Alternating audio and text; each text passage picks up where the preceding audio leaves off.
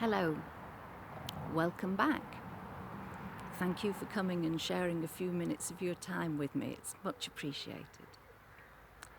So, today I'm talking about it's all in a name. Or is it? For some of us, i.e. me, I struggle with names at times. I think that's symptomatic of getting older. And my current excuse is that I got so many ideas for these video recordings that I've not got enough space in my brain to store names. The name of this tree, for example. I know it's beautiful, but I couldn't give you its name. Really couldn't. And I have two friends who used to get really cross with me about this. One was a garden designer and the Latin names just tripped off her tongue, and one, she simply knew the Latin name of each and every flower, and she'd test me and say, "What's this one called?" So I would give it its common or garden name, and she'd say, "But I told you that last year." Hard luck, I've slept since then, so the name didn't take up residence in my brain. But sometimes we have to be a bit careful with names. My two elder granddaughters are now getting quite grown up. Well, they think they are. And when they were younger, they lived in Hong Kong. And the younger one was doing something about recycling.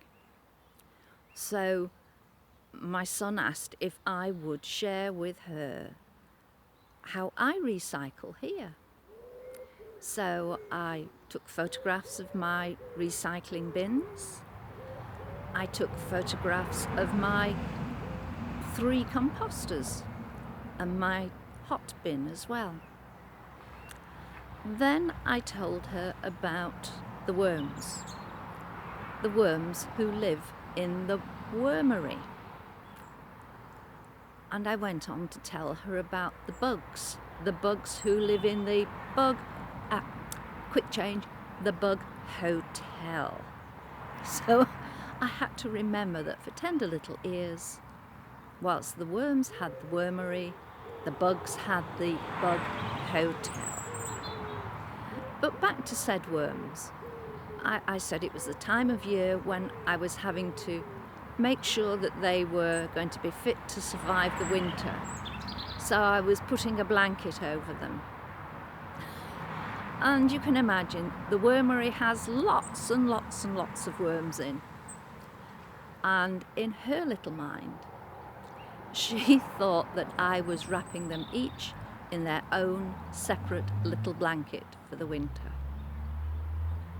I like the idea, but I think it might have taken quite a bit of time, and I don't really think many worms would have survived the winter. So do you have a nickname, a pet name?